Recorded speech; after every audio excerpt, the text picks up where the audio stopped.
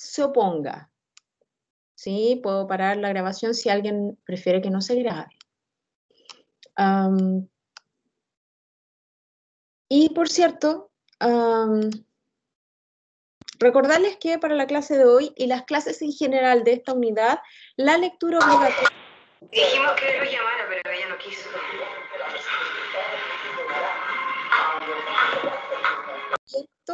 Gracias. Traten de irse a un lugar tranquilo donde no se esté viendo la teleserie o lo que sea, para que se puedan... Como decía, la lectura obligatoria de esta unidad es el capítulo 5 del libro de Howitt y Kramer, que está en el aula virtual del día 1 de clases de marzo, ¿ya? Es el capítulo que se llama Research Reports, o sea, reportes de investigación, la pintura total, the Total Picture. Está ahí para que lo lean y vamos a ir haciendo referencia a él. Básicamente es un capítulo que ayuda también a entender cómo preparar el reporte de investigación, que es más o menos lo que ustedes tienen que presentar como trabajo final de curso, ¿ya? Dicho esto, comenzamos. La clase pasada tuvimos ya un primer acercamiento a la investigación en psicología, en este caso con investigación en el área de psicología educacional y particularmente con el tema de psicología de la motivación. Tuvimos como invitado al profesor Jorge Valenzuela, de la Facultad de Educación, de aquí de la UCM, con quien hemos tenido colaboraciones conjuntas desde ya un par de años, y la idea era mostrar un poquito un vistazo, ¿no?, de la investigación de este tiempo en el área de motivación por el aprendizaje a nivel escolar, a nivel universitario, sobre motivación por la lectura. Espero que les haya gustado y desde ya felicitarlos. En el aula virtual estaban disponibles las preguntas de ustedes. Yo ya compartí todas las preguntas que llegaron al profesor Valenzuela, quien estaba muy agradecido por las consultas y que se comprometió a darnos un tiempecito también para un pequeño espacio de respuesta a esas preguntas. Por de pronto, yo me quedo con un pequeño mapeo, si se fijan, de algunas de las que estaban, ¿eh? Porque de verdad podríamos haber llenado más PowerPoint con todas las preguntas que llenaron. En general, muy interesantes todas. A mí me dejaron varias pensando. Hay algunas para las cuales no tengo respuesta, algunas que refieren a las investigaciones mismas que se presentaron, otras referidas al proceso de investigación, lo que me parece muy bien que ustedes también puedan ir contrastando preguntas de todo tipo. Por ejemplo, la pregunta 12 que ustedes pueden ver aquí en la diapo: ¿cuáles son los pasos a seguir para encontrar participantes para nuestro estudio? ¿Qué permisos nos deben conceder en el caso de ser un estudio de campo? ¿Ya? Desde ya les digo, la única autorización que vale es la de los propios participantes, ¿ya? Salvo cuando trabajamos con niños, donde evidentemente los niños dependen de adultos responsables, nosotros necesitamos el consentimiento parental o del cuidador o del responsable o tutor legal para poder luego invitar al niño a participar. La norma es: voy al adulto, el adulto puede dar su consentimiento, pero luego vamos al niño y le preguntamos al niño en un formato adecuado al niño, ¿ya? Que puede ser también verbal y acompañado, por ejemplo, de un protocolo de consentimiento, pero con imágenes, sobre todo si los niños no leen todavía, en cuyo caso los niños dan su asentimiento. Esa es la norma estándar. Pero perfectamente un adulto puede decir que sí y el niño puede no querer participar, y eso quiere decir que el niño tiene todo el derecho a negarse y no lo incluimos en la investigación, ¿ya? Siempre lo que manda aquí es la decisión del sujeto de estudio de querer participar, de querer retirarse de la investigación o simplemente de no querer participar desde el inicio. Lo mismo pasa en otros contextos, como por ejemplo el escolar, cuando queremos trabajar con profesores. Todos ellos son adultos, pero muchas veces para poder ingresar a las escuelas necesitamos la autorización, por ejemplo, de un director. Allí en realidad lo que necesitamos es la autorización del director para el ingreso a la escuela, si lo que queremos es Por ejemplo, investigar al interior de una misma escuela con profesores. Pero son los profesores los importantes, digamos, en el sentido de darnos su consentimiento. Los profesores perfectamente podrían negarse, aunque el director nos deje entrar a la escuela, ¿ya? Una cosa no necesariamente lleva a la otra. Y hay que tener mucho cuidado en esos contextos, que no haya ningún tipo de interferencia, digamos, de parte de la autoridad, ¿ya? Las personas tienen que aceptar libremente y no bajo coerción, ¿sí? Me detengo en eso particularmente porque para el trabajo de campo eso sucede muy a menudo y hay que tener cuidado en cómo vamos a reclutar a los participantes. ¿Mm? Eh, Obviamente, digo, hay muchas más preguntas que las que aparecen aquí. Me encantaría detenerme en todas y cada una de ellas. Por razones de tiempo, no lo vamos a hacer en esta clase, pero insisto, vamos a tener un espacio al final de las sesiones, hacia el final del semestre, donde ya le he pedido al profesor Valenzuela que también venga y tengamos un pequeño intercambio donde estas preguntas estén y podamos discutirlas. En su defecto, el profesor Valenzuela de todas maneras no se ha comprometido a contestarlas por escrito, ¿ya? O sea, si no alcanzamos a vernos como grupo, que por lo menos tengamos un feedback por escrito. ¿De acuerdo? Para la clase de hoy, este es el plan. Sí, profe. Así como la semana pasada, tenemos una primera parte de clase donde nos vamos a dedicar a mirar los criterios de calidad de la investigación. La semana pasada ya evocamos, ¿cierto? Grosso modo, 7 criterios a través de los cuales podemos evaluar la calidad de una investigación. Hoy día nos vamos a detener en algunos de esos criterios y, sobre todo, tratando de observar la definición del objeto de estudio y la definición de lo que llamamos constructo de investigación. Luego vamos a hacer una pausa pequeña, 10 a 15 minutos, y en una segunda parte vamos a tener a un segundo invitado. Esta vez es el profesor Pablo Méndez, que es investigador en el área de psicología de la salud y que nos va a venir a hablar un poquito acerca de su línea de investigación sobre ideación suicida, ideación y prevención del suicidio. ¿Ya? Eso es el planning para el día de hoy. Veamos con qué nos quedamos la semana pasada. Hicimos una premisa, ¿no? Dijimos que en el colegio nos decían que todas las preguntas eran bienvenidas, que no habían preguntas malas, pero dijimos ahora que cuando hablamos de investigación, no todas las preguntas valen, ¿ya? No todas las preguntas son buenas preguntas de investigación, ¿ah? Y le ponemos ese apellido. No toda pregunta de investigación es una buena pregunta. ¿Por qué? Porque algunas preguntas vale la pena hacérselas y otras ya no vale la pena hacérselas porque alguien ya las contestó. Simplemente por eso. Obviamente que cuando una pregunta ya está contestada, pareciera que no vale la pena seguir insistiendo, ¿no? Si ya tenemos la respuesta. En investigación lo que buscamos son justamente aquellos grises, ¿ya? Y lo podríamos graficar de la manera siguiente, ¿ya? Una buena pregunta de investigación implica una revisión exhaustiva de la literatura, ¿ya? Eso implica que ustedes se sumergen en la biblioteca, en las bases de datos, ¿cierto? Buscando toda aquella información pertinente a su pregunta, lo que evidentemente significa leer de manera intensiva, escribir, sintetizar, discutir. ¿Ya? Todos ustedes están trabajando en grupo. Bueno, la idea no es simplemente, bueno, tú léete los papers A, B, C, tú los C, D y E, y tú los E, F, G, y yo hasta el resto, y cada quien resume, y luego, ¿no? Pegoteamos. No, significa que efectivamente todos leemos, todos discutimos, exponemos, ¿ah? Imaginémonos esta sala donde están todos estos, ¿cierto? Imaginemos todos los estudiantes que están ahí pensando su problema de investigación y donde entre la lectura, la síntesis, la discusión, logran visualizar, ¿cierto? Una pregunta.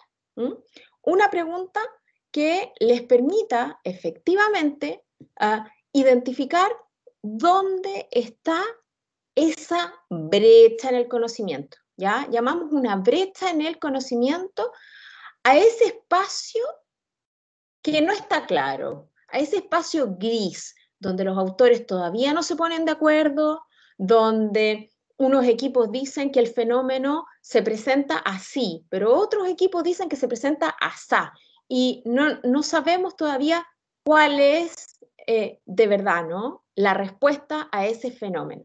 Cuando estamos frente a situaciones como esas, entonces estamos frente a una buena pregunta. Pero insisto, todo depende, ¿cierto?, de un proceso sistemático de búsqueda bibliográfica, y de ahí entonces que uno de los primeros criterios de calidad tiene que ver con la claridad del propósito, ¿ya? O sea, ¿qué busco? ¿Cuál es mi objetivo de investigación? La pregunta y el objetivo siempre van bien de la mano, ¿no? Pero eso se puede saber cuando se ha hecho bien la revisión de la literatura. Los otros 6 criterios, ¿cierto?, tienen que ver con cuán apropiada es la metodología. Hacíamos una analogía la semana pasada, decíamos, bueno, ¿cómo mato una mosca? Un matamosca. No voy a ir a buscar una bazuca, ¿no? O sea, el instrumento tiene que estar acorde al propósito, ¿ya? Si yo quiero, vamos a poner un ejemplo, o planteo un objetivo como comprender las racionalidades detrás de la toma de una decisión. Ese comprender las racionalidades me lleva más bien a un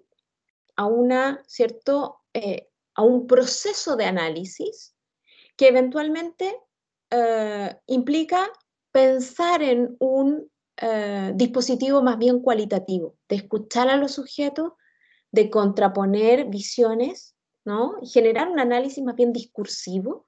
Bueno, todo eso es más bien de la orden cualitativo, un análisis del discurso, por ejemplo. Si yo, en cambio, quiero medir, ¿cierto?, la prevalencia del estrés en los estudiantes universitarios, por ejemplo, durante el periodo de pandemia,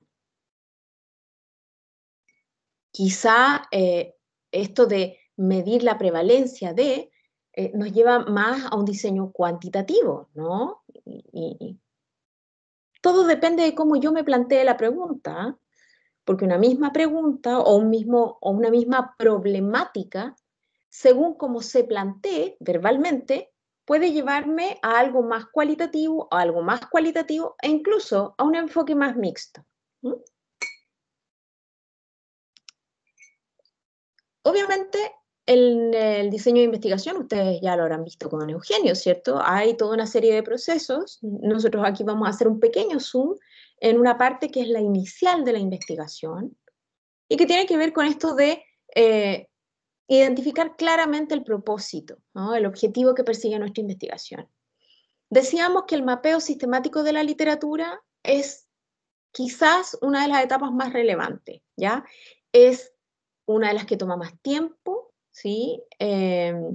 Implica, ahí pusimos la palabra, mapeo sistemático. Y eso supone, evidentemente, que yo hago una revisión de la literatura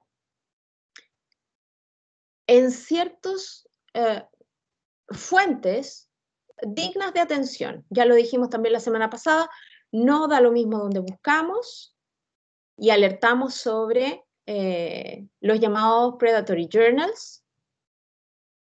¿Alguien me podría definir de memoria, así de lo que recuerde, a qué le llamábamos estos predatory journals o revistas predatorias?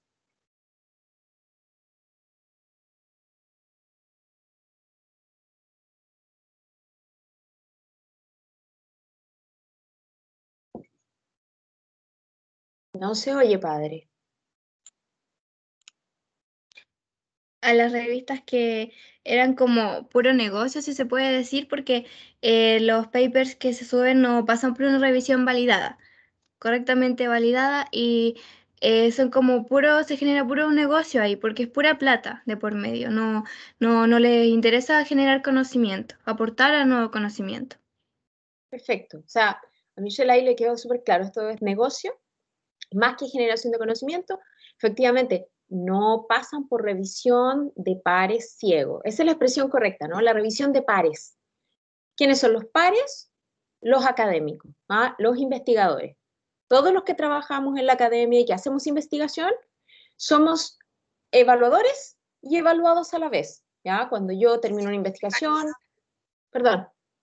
No hay filtros de calidad, o así Sí. lo refirió la semana pasada, como que la revisión de pares era un filtro de calidad, y si no está, es porque, y nadie nos asegura que eso que se publica en esa revista sea un conocimiento como verídico, como que dé la confianza. Yo lo tomo así como, si yo me basara en mi paper, en alguna referencia de alguna de estas revistas, nadie me asegura que lo que yo estoy sacando esté correcto, o sea verídico. ¿Tú vas a tomar café? No, pero igual que Pues- me voy a hacer unos figuritos, ese matecito que de cuando. Concepto de validez, ¿ya? Una de las preguntas clave, ¿cierto?, que tenemos que hacernos es, bueno, ¿cuán válidos son los resultados que me están presentando? Y si evidentemente un artículo no pasa por la revisión de pares, es difícil que se superen ciertos filtros mínimos de calidad. Entonces dijimos, ojalá tener en cuenta esta pequeña escalerita, ¿no? Esta escalera al cielo, ¿ah? Desde lo menos selectivo a lo más selectivo, ¿sí? Y tratar de jugar más bien en la liga de Web of Science y Scopus. Incluso yo diría en Cielo y en Latindex, la calidad es bastante heterogénea. Hay revistas, ustedes van a ver cuando se vayan a las revistas, ¿se acuerdan que dejamos una lista bien grande la semana pasada de revistas que ustedes podían ir a explorar? Se van a dar cuenta que algunas de ellas en su página principal tienen una serie de índices, dicen todos los índices o todas las indexaciones que han obtenido, porque las revistas se postulan para obtener una indexación. Y efectivamente van a encontrar algunas revistas chilenas que son Latindex, son Cielo y a la vez son Scopus, están en los 3 índices. Obviamente, nosotros nos quedamos con los mejores índices, Scopus y Web of Science. Si una revista solamente es Latindex y no ha obtenido ninguna otra indexación, bueno, esa la veo con un poquito de distancia. A veces pasa porque son muy jóvenes como revista, pero a veces hay revistas muy viejas que nunca han tenido más indexación. Entonces, uno también empieza a adoptar criterios para seleccionar la información, ¿ya? Insisto sobre esto porque en realidad es una pieza clave a la hora de seleccionar la buena información, ¿ya? Y también es una medida de tiempo para ustedes. Muchas veces nos falta el tiempo para leer, ¿ya? Y de repente ustedes deben estar como un poco atrapados, ¿no? Por los tiempos, por los deadlines. Entonces, hacer una revisión estratégica de la literatura es súper importante. Entonces, si van a estar perdiendo el tiempo en revistas que a lo mejor no les están aportando información de primera mano, información de punta, entonces la idea es que también, ¿no?, limpien un poco el terreno y se queden con lo mejorcito, ¿ya? La semana pasada hicimos un ejercicio y me gustaría que volviéramos sobre él. No sé si, sé que algunos de ustedes estuvieron allí por la tarde la semana pasada, después que terminó la clase. Algunos me respondieron incluso en los comentarios que yo dejé. Todos y cada una de las preguntas que ustedes dejaron en el OneDrive, yo fui contestando al margen. Algunos grupos fueron efectivamente a revisar. No sé si todos los grupos tuvieron la oportunidad de reunirse y revisar estos comentarios. Entonces, lo primero que quiero preguntarles a todos. Todos pusieron su pregunta de investigación y luego todos fueron a bases de datos a buscar, ¿cierto?, resultados, ¿no?, de investigación asociados a sus palabras clave. ¿Cómo evaluar la experiencia? ¿Todos la habían hecho antes?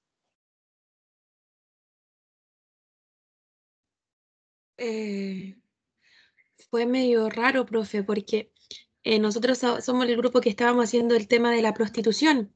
Entonces, igual los comentarios que nos dejó, nosotros decíamos, miércoles, ¿qué hacemos ahora? Porque estamos como, literalmente estamos perdidos, porque decimos, ¿cómo reformulamos esto? De hecho, no le respondimos por el OneDrive, pero sí estuvimos conversando el tema, seguimos buscando, y nosotros dijimos, a lo mejor, ¿por qué a lo mejor el profe Eugenio decíamos, nos dijo que estaba todo bien hasta donde íbamos, y ahora como que no? Entonces estábamos como perdidos, no sabemos cómo reformular o qué hacer, queríamos pedirle orientación. Bueno, lo que quiero hacer con cada uno de los grupos es que nos vayamos reuniendo también individualmente para poder ir guiando la búsqueda. Hoy día vamos a hacer un mapeo general, ¿sí? Me gustaría, en principio, y ahí gracias Leticia también por darme feedback de que en el fondo también se reunieron como equipo, me parece excelente que adopten un enfoque de equipo. Aquí todos son corresponsables, ¿sí? Ojalá no cometer el error que cometíamos, por ejemplo, en el colegio, que hacíamos trabajos de grupo, ¿no? Pero nos dividíamos las partecitas y después las juntábamos como rompecabezas, pero nunca nos mirábamos como equipo. Aquí la idea es trabajar como equipo, significa que todos somos como corresponsables. Entonces, que se hayan tratado de sentar a discutir sobre la temática, y ver cómo proyectaban la pregunta, me parece genial. Entonces, pregunta, ¿a cuántos de ustedes estiman que les fue bien en la búsqueda de bibliografía para nutrir su problema de investigación? Que levante la mano el que cree que le fue bien. Ustedes tienen ahí el simbolito de mano levantada. ¿Cuántos de ustedes creen que les fue bien a su grupo? A ver. Todavía no hay ni una mano levantada.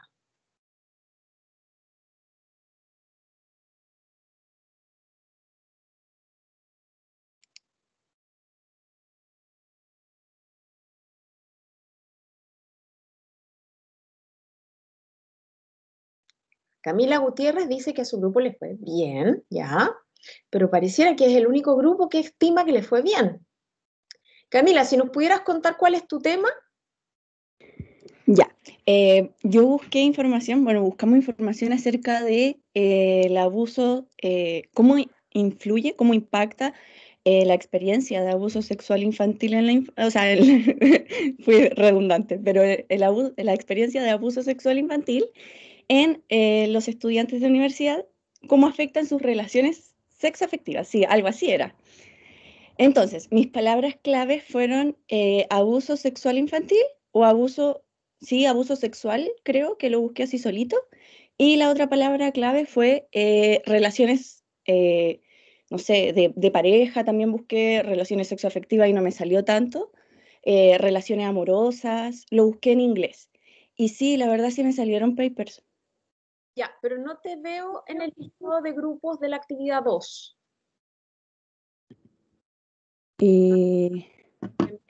Grupo 9, grupo 9, si no me equivoco. No, no es grupo 9, grupo 6. Ya, grupo 6. Estoy mirando el OneDrive en este minuto. No, no me colocaron las palabras clave ahí. Si las pudieran colocar, ya. ¿Sí? ¿Por qué lo digo? Porque a partir de lo que estamos viendo, ¿sí? Me gustaría que revisáramos, voy a hacer switch en la página, voy a irme a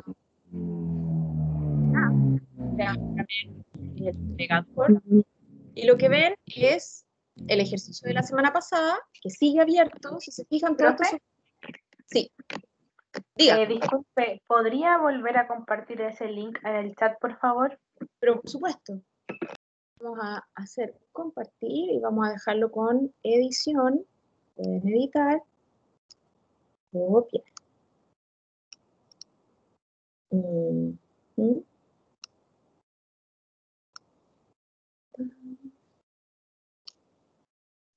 Y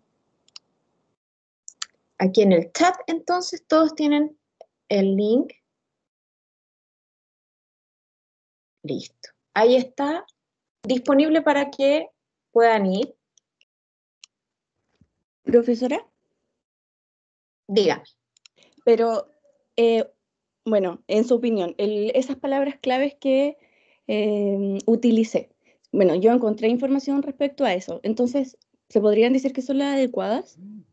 Tendría que verlo porque lo dijiste a la rápida y yo estaba viendo la pregunta para poder recordar cuál investigación era. Lo voy a Ya. mostrar acá, si no les molesta, aquí está a la vista, voy a agrandar un poquito, quizás se ve mejor así. ¿Mm? El grupo 6, aquí está Camila, que nos estaba contando, ¿cierto? Pero se preguntaban cómo el abuso sexual infantil repercute en las relaciones sexual-afectivas, ¿cierto? De los y las estudiantes universitarios de la Universidad Católica del Maule, evaluado a través de entrevistas semiestructuradas en el año 2021. ¡Ah! Ya. Yo, y este tarjado que tienen aquí es mío. ¿Por qué? Hay varios a quienes les tarjé, hay varios a los que no lo hice, pero no porque tengo que hacerlo, ¿ya? Eso está pendiente. La pregunta de investigación básicamente se preocupa de establecer la relación entre una o más variables, ¿ya?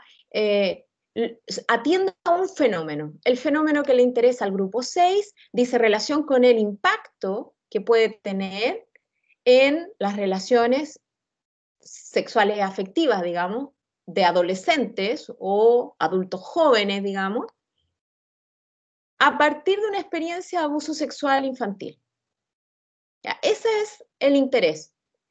Ojo, ellas ponen además, creo que son solo chicas, sí, son solo niñas, ¿o no? Está Francisco, perdón. Sí, Francisco. Ellos, entonces, en respeto a Francisco, ellos, este grupo, indica además que le interesa verlo con estudiantes de la Católica del Maule y lo quiere hacer a través de entrevistas semiestructuradas, ¿ya? Durante este año. Esta información respecto de quiénes son estos estudiantes universitarios, el método, entrevistas y el año es irrelevante para la pregunta. Todos los que pusieron, fíjense abajo, entre mayo y agosto del 2021, entre octubre y diciembre del 2021, julio hasta diciembre del 2021, fíjense en todas estas, no se coloca en la pregunta. Como no se coloca tampoco, si yo hablo de la población universitaria, población de estudiantes universitarios. Y lo que me interesa, el foco de estudio, es población universitaria. Si son de la Católica del Maule, si son de la Católica en Santiago, si son de la Católica de Temuco, o si son de la UFRO, ya, que no es católica, sino que es laica y es estatal, ya, es entre comillas irrelevante, ya. Me gustaría que pensáramos un poco en eso. Vuelvo ahora para verle las caras, lo que es una metáfora, porque no les veo las caras, pero para tenerlos al frente, sin el texto. Y hago la pregunta a todos ustedes para que lo pensemos. ¿Por qué será importante no colocar o colocar solamente la población objetivo? Ya, Leticia me dice que nosotros nos basamos en la estructura que el profe Eugenio nos dijo que se mencionaba. Ya, es que una cosa es tener la 1 claro, pero lo otro es qué vas a declarar. Recuerden que yo estoy viendo el reporte de investigación. ¿Ya? Sí, yo creo, porque igual nosotros antes teníamos como preguntas de investigación más cortas. Voy a dejar que hablen mis compañeros que levantaron la mano. A ver, ¿quién nos levantó la mano por acá? Felipe.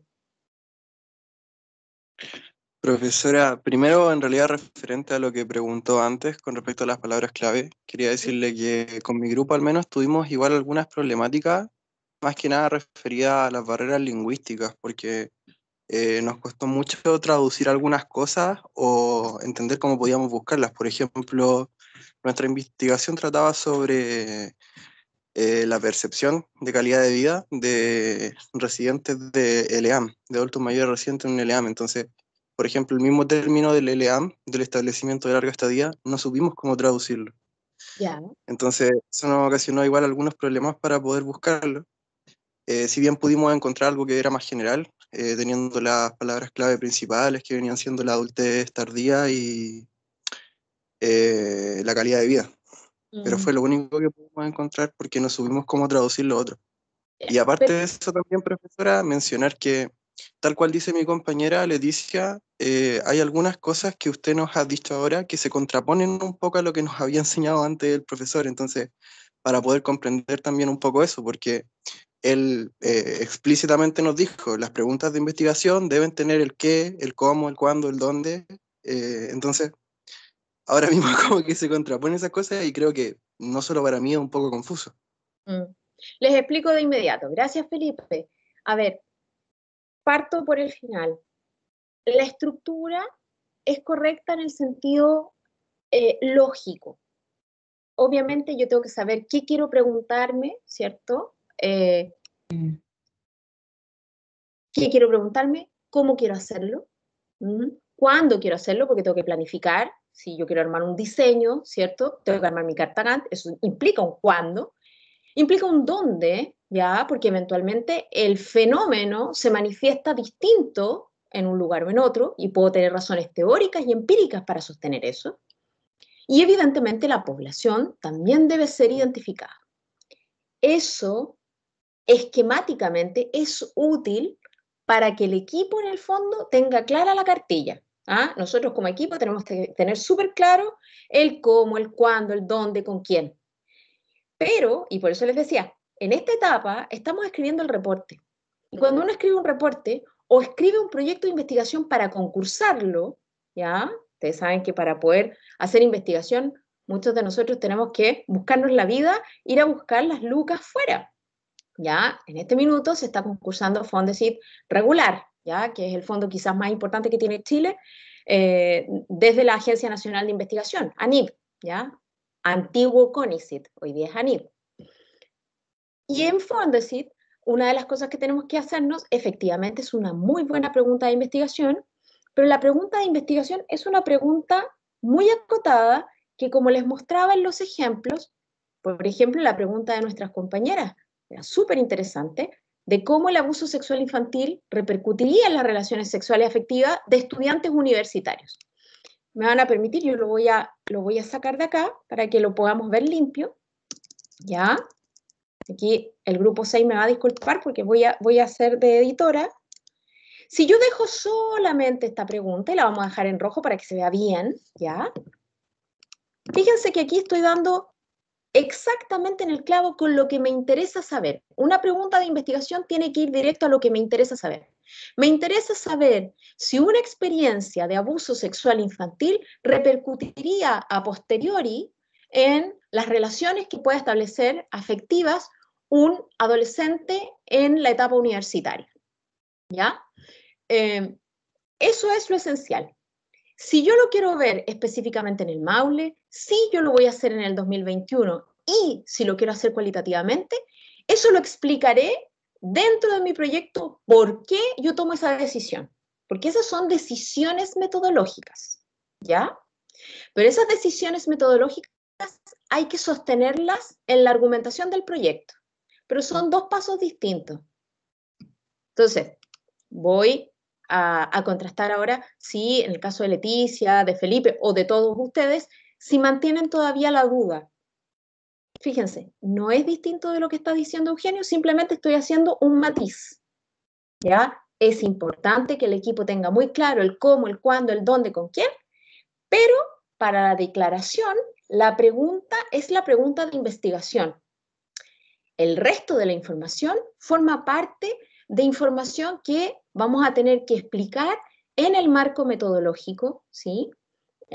Para poder justificar por qué hemos escogido este diseño, ¿sí? Para estudiar a esta población con este dispositivo. ¿Se fijan? Tengo manos levantadas. Tengo a Michelle con la mano levantada.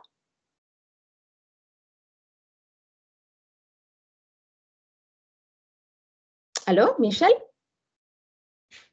Parece que antes de mí había otro compañero o compañera que quería hablar, así que les doy el pase a los demás primero. Veo a Felipe también con la mano levantada, ¿sí? Felipe Sepúlveda. Profesora, también creo que otro problema que ahora identifiqué es que quizás, y quizás solo me pasó a mí, pero hay un problema en cuanto a la diferenciación entre problema de investigación y pregunta de investigación. Porque ambos componentes que le mencioné antes, que el cuándo, el qué, el cómo, dónde, Todas esas cosas, al menos, nos las han mencionado en ambos ámbitos, o sea, lo que tiene que ver con el problema y la pregunta. Yo creo que eso igual también genera un poco de confusión. Entonces, Pero no sé si entienden que hay etapas en lo que estamos viendo. Una cosa es el ejercicio. Eugenio les ha estado pidiendo que piensen que su problema tiene que contener todo esto, pero es una forma de pensar en red con todos los ingredientes, entre comillas, de la receta, ¿sí? Lo que yo les estoy pidiendo ahora es que se piensen en el mundo real. Imagínense que ustedes tienen que postular un proyecto y quieren ganar la plata para poder investigar. En ese caso van a tener que jugar con las reglas del juego en el mundo real. Y en el mundo real, el proyecto de investigación se escribe, ¿sí? Evacuando una pregunta de investigación, ¿ya? Y en esa pregunta de investigación les voy a mostrar de inmediato un ejemplo concreto que espero que lo pueda hallar rápidamente. Fuente de curso, ok. Aquí. Para que se les haga más simple. Como les digo yo, en el mundo real, perdón, y alguien me está hablando en el chat. No se puede editar la actividad 2. Ya, vamos a buscar que estén los permisos. Puede editar. Estoy multitasking, así que me van a disculpar porque estoy restableciendo permisos de edición para el formulario. El formulario completo, ya, para que lo sepan, está editable. Vuelvo a mandar el link en el chat por si acaso, Carla Conta, ¿sí? Y ahora vuelvo sobre lo que quería mostrarles. Sí, cuando les digo que a nivel de formulación, esto es un formulario Fondesit de un proyecto de investigación. Ya les voy a mostrar cómo se hace en el concurso. ¿Mm?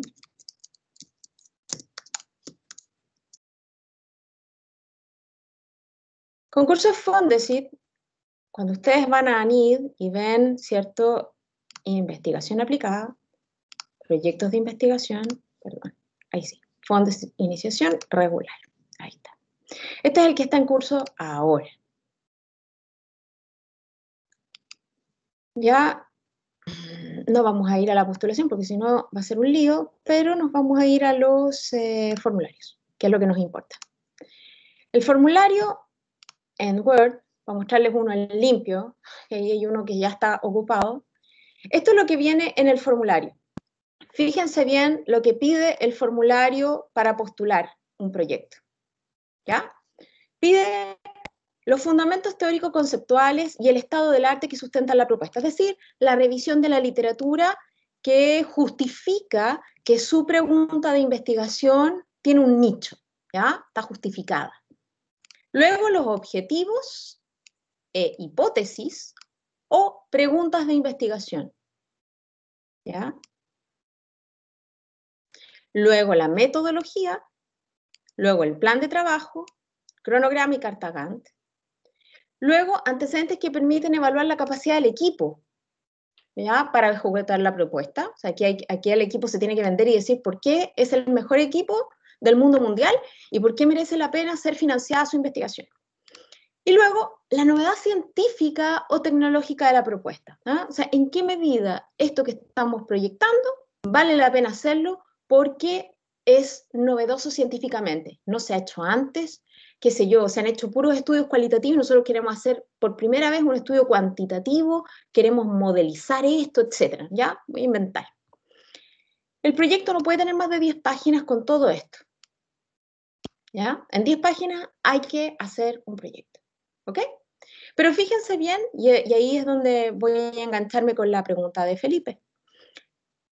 Fíjense que la pregunta de investigación está formulada en una sola frase, básicamente, ¿sí? Y normalmente el problema se evacúa en una formulación teórico-conceptual, donde yo en el fondo, en un primer párrafo, explico cuál es el problema, entre comillas, del mundo real, que yo quiero abordar científicamente para arribar a alguna solución. ¿ya? El problema se construye, ¿ya? Y por lo tanto, podría ser que sea de identidad con la pregunta, pero, y ahí es donde yo quiero llegar, en los términos en que aparece aquí, ¿no? Donde debo decir, ¿qué quiero estudiar? ¿Mm? El problema de investigación, perfectamente en el problema yo puedo decir, ¿qué quiero estudiar? ¿Cómo lo quiero estudiar? ¿Mm? ¿Y con quiénes quiero estudiarlo? Y no hay problema. En el problema yo lo puedo poner porque eso también le da sentido a mi presentación. Pero en la pregunta de investigación, lo que me interesa es el objeto de estudio a estudiar. ¿Me doy a entender? Técnicamente no es exactamente lo mismo. No sé si con eso queda un poquito más claro, Felipe.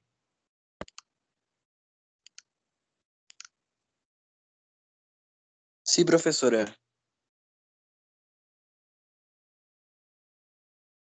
Ya. Michelle, no sé, estabas tú después en la cola de preguntas y vi la mano de Leticia también.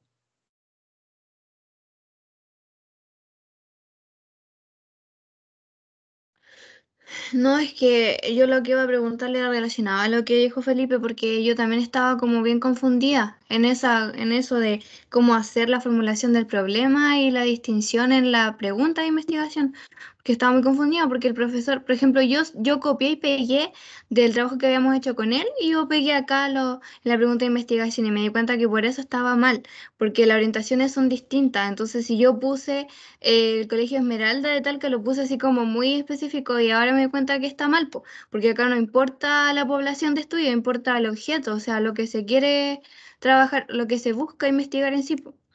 Sí, Entonces, oye, por eso, Michelle, tienes un punto súper importante acá. Y quiero que lo piensen, ¿ya? Una vez que le demos la vuelta a esto, viene Leticia ahí con su pregunta. Piensen en lo siguiente. ¿Qué pasa cuando yo me hago una pregunta? Imaginen, da lo mismo que ya. ¿Cómo se produce la fobia escolar en los niños de la escuela A408 de Petorca? Voy a inventar, ya. Nadie le va a buscar su investigación. Ya, pero ¿cuáles son los problemas que ven en eso? Muy larga, poca generalidad. No es generalidad, sino que es como tan específico que no puedo así como, ¿cómo se dice? Como ampliar los resultados a otros niños. Ya, ok, es un estudio de caso, si uno quiere. ¿Mm? Pero fíjense en una cosa importante, lo vamos a ver más adelante, que son los criterios éticos, ¿ya? Cada vez que estamos haciendo una investigación, tenemos que tener mucho cuidado de cuidar la identidad de los participantes de nuestra investigación. A veces los temas que tratamos no son complejos y a lo mejor la gente no le importa que se sepa que ellos participaron. Por ejemplo, hace muchos años atrás, ahora unos 6, 7 años atrás, me pidieron una muestra de sangre, yo estaba dando sangre, Cruz Roja, y de repente se me acerca otra chica y me dice, oye, yo soy ayudante Fondesit y estamos tomando sangre para una muestra, hacer unas muestras de ADN para saber de dónde vienen los chilenos, cuál es su configuración genética en términos de razas que han venido a configurar lo que llamamos el chileno hoy. Y dije, maravilloso, yo quiero saber de dónde vengo, digamos, ¿no? Esto típico que uno dice, no, es que somos herederos de la cultura mapuche, más la cultura europea española, ¿no? Y digo, ya, ok. Y a mí, por ejemplo, evidentemente, ¿no? Tomaron mis datos y mis datos están en ese estudio, pero nadie puso en el paper, ¿no? Bueno, la señora Carla Muñoz tiene la siguiente configuración. Yo estoy metida dentro de un saco y nadie sabe, salvo yo, que a mí me tomaron sangre para ese estudio. ¿Mm? Imagínense otros casos más sensibles, como pueden ser algunos incluso de los problemas que ustedes están tratando. Estudiantes universitarios que tienen experiencia, por ejemplo, de abuso. ¿Mm? O abuelitos que ahora están en residencia, ¿cierto?, de adulto mayor y que no quieren contarte a lo mejor su experiencia, pero no quieren que se sepa que participaron de la experiencia. Si yo pongo el centro del EAM a no sé cuánto de la comuna tanto, el colegio no sé cuánto, el séptimo básico del colegio tanto, la posibilidad de que yo tenga de identificar a los sujetos que participaron, significa que yo estoy incumpliendo un compromiso básico de confidencialidad de los datos, ¿ya? Que me imagino que eso sí lo han conversado en algún minuto también con Eugenio. Nosotros tenemos un mandato de confidencialidad de los datos, lo que quiere decir que solo nosotros conocemos la identidad de los participantes, nadie más. Yo puedo hablar de que entrevisté estudiantes universitarios que tenían entre 18 y 23 años, que eran de la quinta, la octava y la novena región. Pero eso no hace que lleguen a Juanito Pérez. ¿Mm? Aunque Juanito Pérez esté en una de esas comunas, sea estudiante universitario y tenga el rango de edad que yo nombré. No hay posibilidad porque yo no lo estoy identificando. Si yo en cambio digo la escuelita tanto, del barrio tanto, de la región tanto, la posibilidad de que yo sepa que el niño de séptimo básico de esa escuela es Juanito Pérez es súper alta y no estoy resguardando su identidad. ¿Me entienden? Sí, sí, lo entiendo, profe. Y lo otro es que yo tenía duda porque ya entendí todo lo que hay que hacer ahora, cómo se hace bien la pregunta de investigación, que es distinta al problema, pero también quería preguntarle que si está mal cuando uno especifica mediante qué instrumentos se va a hacer lo que se quiere realizar. Po. Está mal, ¿cierto? Por ejemplo, yo debería sacar eso de que lo vamos a realizar mediante 2 tests. Porque igual he revisado, copuché un poco de que usted a los demás les corrigió eso, de que no hay que poner los instrumentos. Entonces eso quería que me aclarara por qué. En la pregunta de investigación solo importa la pregunta de investigación. Piensen en lo que dice, pregunta de investigación. ¿Qué me estoy preguntando científicamente? No estoy preguntándome el qué, ¿sí? Solo me estoy preguntando el qué. ¿Qué quiero estudiar? Quiero estudiar esto. Eso es una pregunta de investigación. El cómo refiere al método. El método lo explico en la parte que dice metodología. Por eso les mostré el formulario Fondesit, que, miren, se los voy a mandar. Pues yo siempre digo, es mejor que vean cómo se hace en el mundo real. En el mundo real una investigación se escribe así. Obviamente cada concurso tiene sus propias reglas, hay formularios más grandes, formularios más chicos, ¿ya? ¿Ya? Esto no quiere decir que haya un solo tipo de formulario tampoco, ¿ya? Pero, el formulario Fondesit, no es este, no, estoy metiéndome en cualquier cosa, espérenme un poco, ahí está, descarga, ahí sí, ya, aquí les estoy mandando el mismo formulario que les mostré, que bajamos, ¿cierto?, de la página ANID. En ese formulario se van a fijar que están los distintos segmentos que pide ANID para postular un proyecto. Y cuando hablamos de plantear la pregunta, es solo qué me estoy preguntando científicamente. El cómo lo voy a hacer refiere al método y dentro del método justifico por qué voy a usar un test, por qué voy a usar una escala, por qué voy a entrevistar, etcétera. ¿Ya? Eso refiere al método. Y una cosa súper importante, seguramente Eugenio se los dijo, el método es un medio, ¿ya? El método viene del griego y quiere decir medio, camino. El método es un medio para poder responder la pregunta.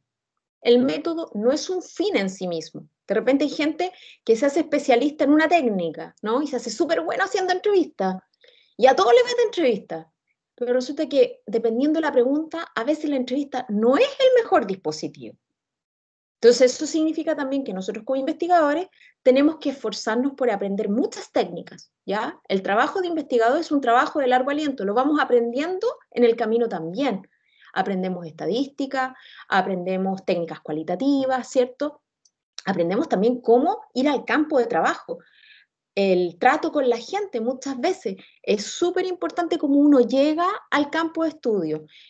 A veces mucho del resultado de la investigación depende de cómo yo me paro, ¿no?, frente a mis participantes, de establecer también un nexo de confianza, sobre todo cuando tenemos preguntas más conflictivas, por ejemplo, que requieren de confianza de parte de los participantes, ¿no?, de querer revelarnos cosas. si uno es un afuerino, si es alguien que no pertenece a la comunidad, muchas veces el resultado no va a ser fiable porque la gente no va a tener la confianza, por ejemplo, de entrevistarse contigo. ¿Ah? ¿Contesté a tu pregunta, Michelle? Sí, profe, muchas gracias, me quedó todo súper claro ahora. Impecable. Leticia. Entonces yo quería solicitar algo. Si nos podría entregar así como una pauta del trabajo final o algunos tips de cómo ir creando esto, o algún texto aparte de cómo ir creando lo que tenemos que hacer ahora, que este informe, porque para que le enviemos el trabajo que nos vio el profe Eugenio sería mucho y para que los lea todos nos va a estar bien, po. Entonces, como para ir acomodando lo que tenemos, porque a lo mejor el trabajo que nosotros tenemos con el profesor Eugenio y los que teníamos de base, va a haber que hacerle modificaciones. A ver, yo me permito mostrarles lo que es la rúbrica, misma rúbrica que yo les presenté el primer día de clase y que está en el aula virtual, Ya. que es ni más ni menos que esta que ven en PDF, ¿sí? ¿Ya? Ujú. En esta rúbrica están todas las dimensiones que se esperan de su trabajo, su proyecto de investigación. Yo por de pronto ya los invito, después de este curso ustedes tienen tesina, ¿cierto? Sí. Ya, una cosa que yo les voy a invitar a hacer es que ojalá vayan pensando, incluso si quieren cambiar de giro ahora y pensar en un nuevo problema, que le den curso durante tesina también, para que no partan de cero y para que aprovechen la instancia de aprendizaje. Ahora, miren bien, el proyecto de investigación tiene evidentemente una dimensión que es el problema, donde se espera, lo que yo decía antes, que ustedes hagan una presentación del problema, que cuenten en el fondo, bueno, ¿cuál es este evento, este fenómeno que han observado y que para ustedes es digno de atención y se constituye en un problema científico, ¿ya? Eso significa construir el problema, hacer, en otras palabras, hacerle entender al lector por qué eso que tú muestras es un problema, ¿ya? Porque pensemos, muchas veces pasamos por el lado de las cosas y no las vemos, ¿ya? Nosotros en ciencia lo que hacemos muchas veces es poner el dedo en la llaga y decirle al otro, oye, pero si esto es un problema. ¿Mm? Les voy a mandar después como material complementario un pequeño video que se llama, es de una serie justamente de ciencia y tecnología, que se llama Mentes Brillantes, para que vean la historia de un investigador chileno, Premio Nacional de Ciencias, es médico, ¿ya? Médico y especialista más bien en el área de nutrición infantil. Y la historia de él es básicamente cómo abordó un problema que sabíamos que teníamos, pero que en Chile como que decíamos, o sea, la vida es así, ¿ya? Y que no es otra cosa que la mortalidad infantil en Chile, ¿ya? Por desnutrición. Imagínense qué fuerte el tema. Y él como médico pediatra dijo, esto no puede ser. Y no puede ser además que quienes más mueren por desnutrición en Chile son la gente pobre. Algo tenemos que hacer. Y se dedicó a investigar y sumó a la nutrición el tema de la educación. O sea, no solo hay que nutrir el cerebro, sino que hay que educar el cerebro. Y gracias a eso vamos a tener un país más grande. El doctor Monkeberg ganó el Premio Nacional de Ciencias. Él fue el creador del INTA, Instituto Nacional de Tecnología Alimentaria. Le debemos muchísimo porque gracias a él y las iniciativas que tuvo, por ejemplo, la idea del litro de leche en los consultorios, me imagino que eso lo conocen, ¿no? Todas las mamás, ¿cierto? Todas las mujeres que han sido madres tienen derecho, ¿cierto?, a recoger en los consultorios en Chile 1 litro de leche por niño. Eso es parte de una ley, a partir justamente de una política en salud pública que ayudó a mejorar las tasas de nutrición infantil y por lo tanto bajaron las tasas de mortalidad. Pero eso se hizo con investigación a la base. Él hizo investigación primero básica con ratas para demostrar no solo el tema alimentario, sino también el de estimulación. Y así nace lo que conocemos como CONIN. ¿Saben lo que es CONIN? No, profesora. Ya, la Corporación Nacional de Nutrición y Desarrollo Infantil, ¿ya?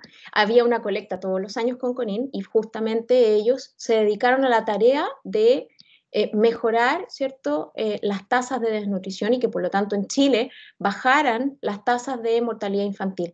Nosotros llegamos a tener unas tasas de mortalidad infantil brutales, ¿ya? Algo así como el 300%, una cosa así ya de verdad desastrosa. Si ustedes ven documentales sobre Chile en el siglo XX, pueden ver eso al principio, que se cuenta, y eso efectivamente hacia los años 60, 70, la cosa empieza a bajar y hoy día creo que tenemos una tasa de menos del 3%, ¿ya? Pero es que, profe, hablando de ese tema, ahora sería como conveniente investigar de cómo fue que pasamos de la desnutrición a la obesidad en niños, porque estaban bien ¿cómo se dice? Las medidas que se tomaron para parar la desnutrición, pero en un momento fue tanto que se llegó el exceso que ahora tenemos niños obesos y que Ya. tienen una sobrecarga de comida, se les premia con comida, entonces no entiendo. Perfecto, tú tienes ahí un nuevo problema, ¿viste? Pero esa es la idea, cómo yo observo, ¿no?, la realidad, identifico un problema, me voy a la literatura, voy a ver qué dice la literatura sobre esto, y trato, ¿no?, de armar un problema que sea visible para los otros. Eso es lo que yo estoy pidiendo acá en el primer término. En el segundo, fíjense, destacar la relevancia. ¿Por qué sería importante estudiar esto? Y fíjense los niveles. No se distingue de manera explícita la relevancia social de la relevancia científica.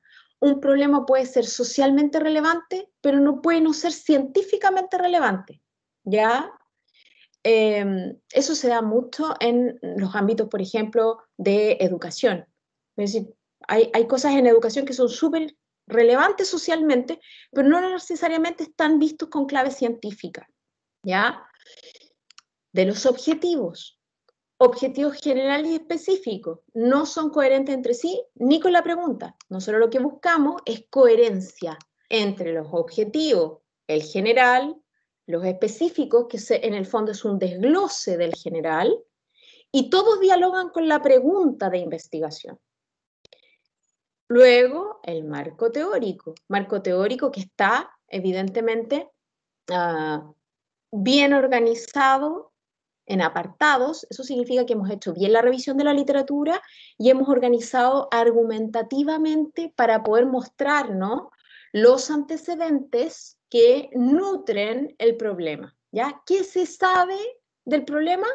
Para poder también decir, esto no se sabe.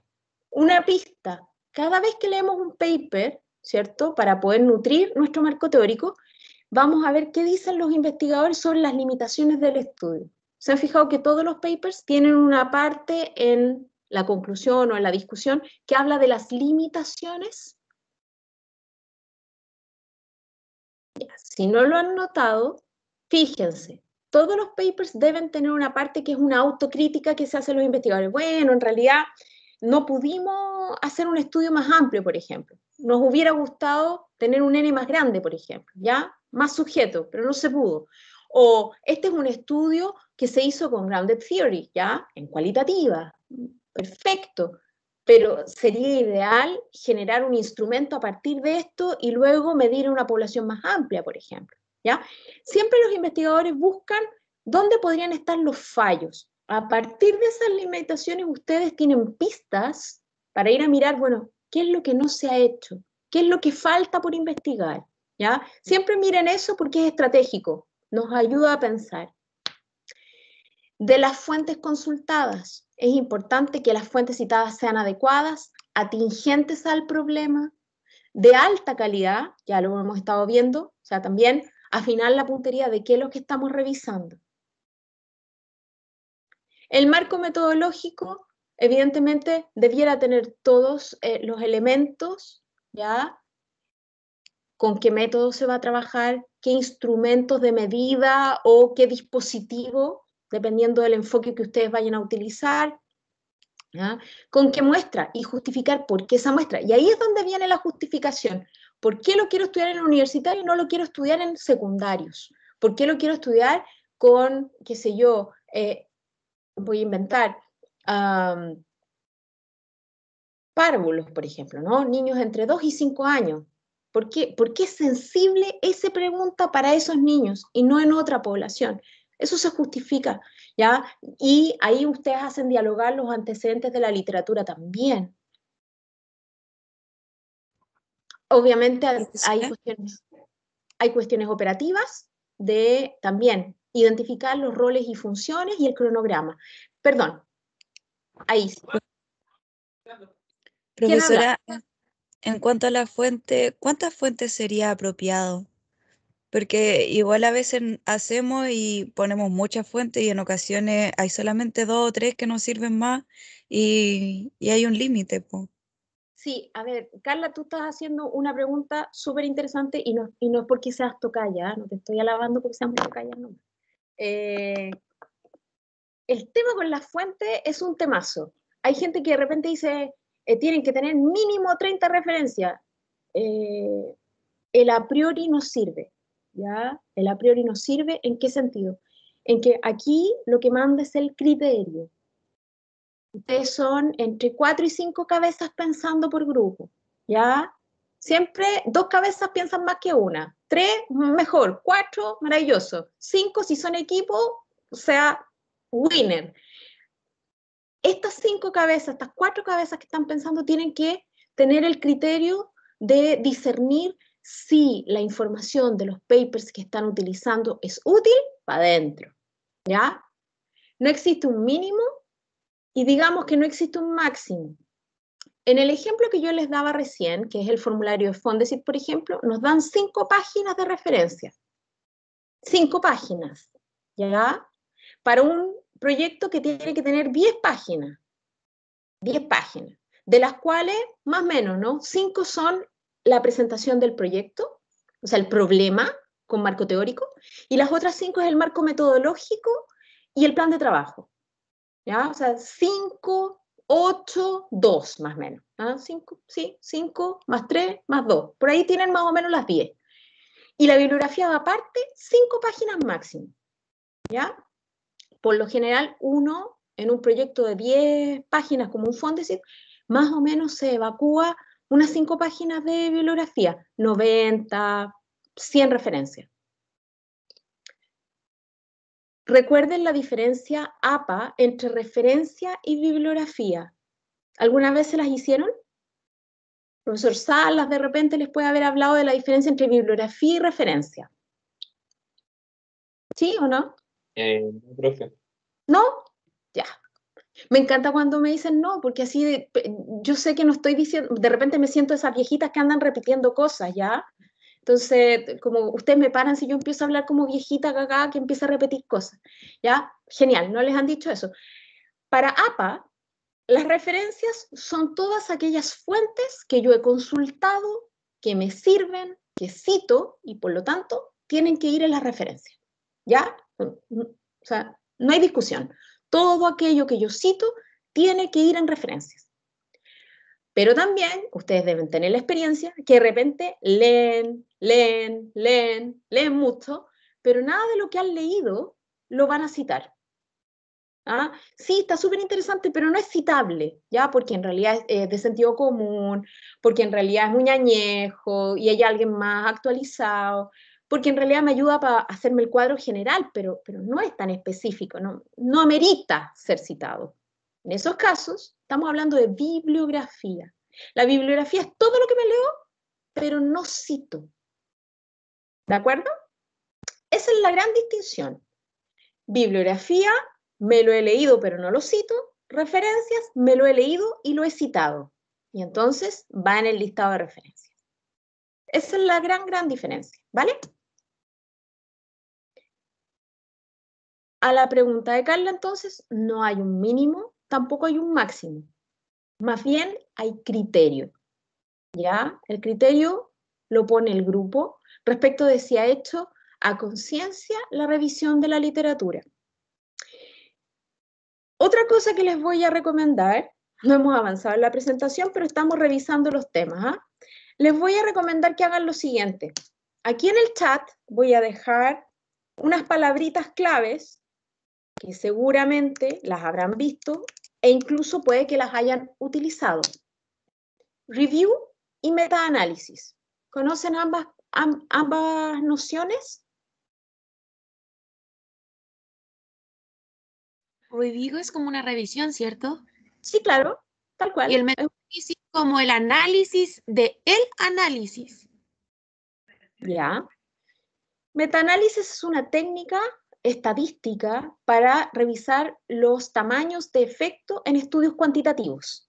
Y por lo tanto es un equivalente a una revisión de la literatura, pero referida específicamente a estudios cuantitativos. Entonces tú dices, quiero mirar cómo se ha estudiado el impacto de la motivación en la comprensión lectora. Perdonen la autorreferencia, pero es lo que mejor conozco. Y entonces yo hago, meta-analysis, ocupo la palabra, reading motivation, and reading motivation, ocupo las dos, ¿sí? Operador booleano and, y, ¿ah?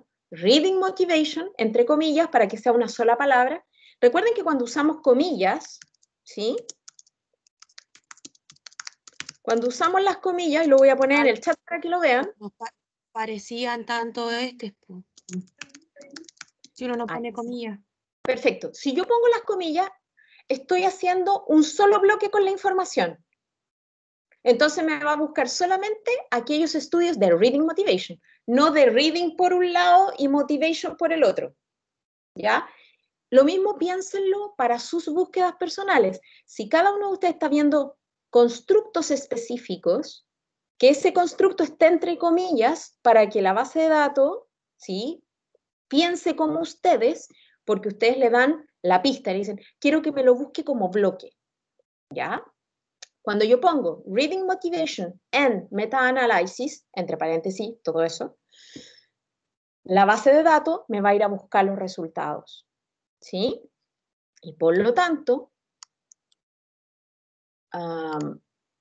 lo que puede hacer es algo como, vamos a ver si me resulta por acá, vamos a buscar aquí muy tontamente en el Google Scholar, ¿ya? ¿Ya? Todos los metaanálisis, entre comillas, que tengan relación con reading motivation, ¿ya? And le vamos a poner incluso comprehension.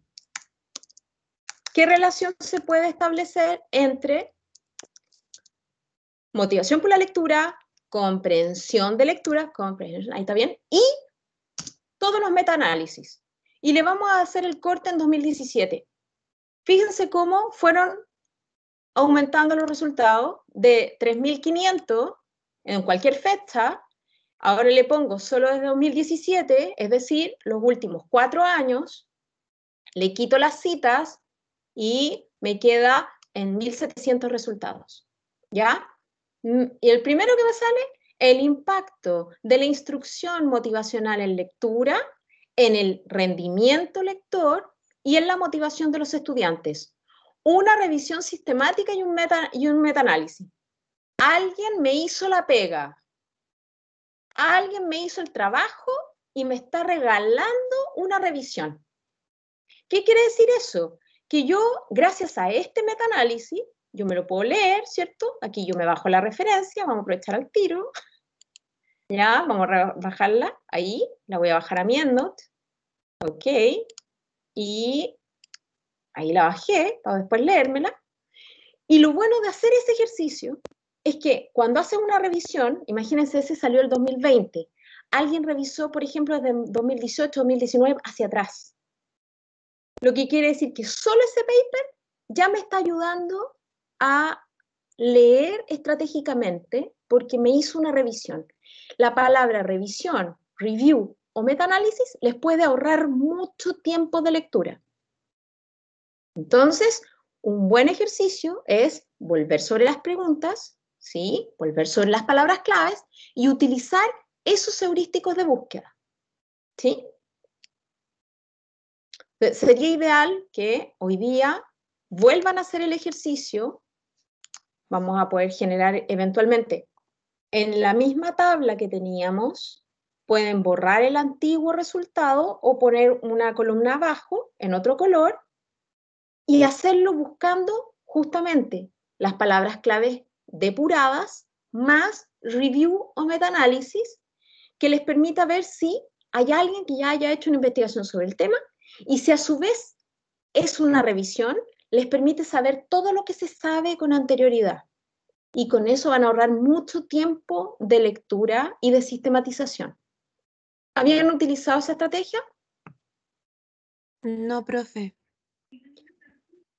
Entonces la invitación para que la utilicen, para que podamos ver cómo avanza ese trabajo para la semana que viene. ¿De acuerdo? Sí, profe. Perfecto. Profe, ¿le puedo hacer una duda? Nosotros teníamos como problema de investigación ¿cuál es la percepción que tienen de la prostitución las jóvenes de 21 a 25 años en situación de calle que trabajan como servidoras sexuales en la Comuna de Santiago, específicamente en Plaza de Armas, a través de entrevistas semiestructuradas e individuales durante los meses de octubre y diciembre del presente año? Y usted nos puso como que, ¿a qué se refiere con eso de qué conocimiento científico pretende aportar esta investigación así formulada? ¿En qué medida una pregunta que pudiera generar conocimiento en la psicología y en qué ámbito específico de esta?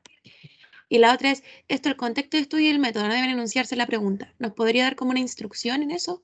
O si la cambiamos, porque ya estábamos pensando, chateando con nuestro grupo así por privado, que la idea que se me había ocurrido respecto a la obesidad en Chile, cómo fue el cambio de esta desnutrición a esta obesidad, y dijimos, ¿qué hacemos? ¿La cambiamos? ¿Cómo lo hacemos? No sabemos.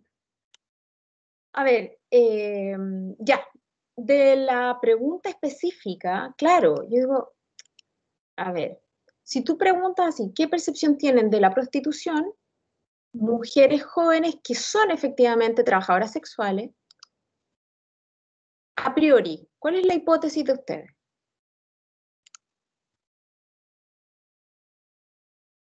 ¿Tienen una hipótesis? El profe nos dijo que como era un estudio descriptivo de tipo cualitativo, no llevaba hipótesis. Ah, ok, perfecto, sí, cualitativo, descriptivo. Ahora, Porque yo voy a irme a algo anterior. Perfecto, yo entiendo el punto de Eugenio, efectivamente, si es descriptivo, si es cualitativo, no lleva hipótesis, puede llevar supuestos. Yo sí. siempre, a ver, seamos eso no se sinceros, tira. una cosa que tenemos que estar todos súper claros. Ninguno de nosotros es ingenuo, siempre tenemos creencias, valores a la base que pueden teñir nuestra visión de la realidad, ¿ya? Siempre nosotros tenemos un filtro para mirar nuestra realidad, lo queramos o no lo queramos, y no estamos hablando de que por tener un filtro es malo, ¿ah? O sea, somos lo que somos, ¿no? Nuestra historia nos ha hecho pensar, creer, mirar el mundo de cierto modo. Bueno, en investigación pasa similar. Yo me puedo hacer una pregunta y de algún modo, en buen chileno, yo tengo una tincada, ¿cierto? A eso le puedo llamar una hipótesis, un supuesto. Entonces, ok, no tienen hipótesis, pero tienen supuesto, Leticia. ¿Qué esperan encontrar? ¿Qué esperan aportar con ello, con esta investigación? Queríamos ver cuáles eran las situaciones que llevaban a estas chicas que viven en situación de calle a elegir como la prostitución como el método de salida. Sé que hay más compañeros conectados, pero no sé si quieren hablar mis compañeros también, que están por aquí. Profe, yo igual soy del grupo. Sí, Quería mencionar algo de eso, ajá. que igual era interesante que nosotros al minuto de buscar la información podríamos tener muchas definiciones de lo que era la prostitución y todo, pero muchas veces eran investigadores que lo veían muy externamente.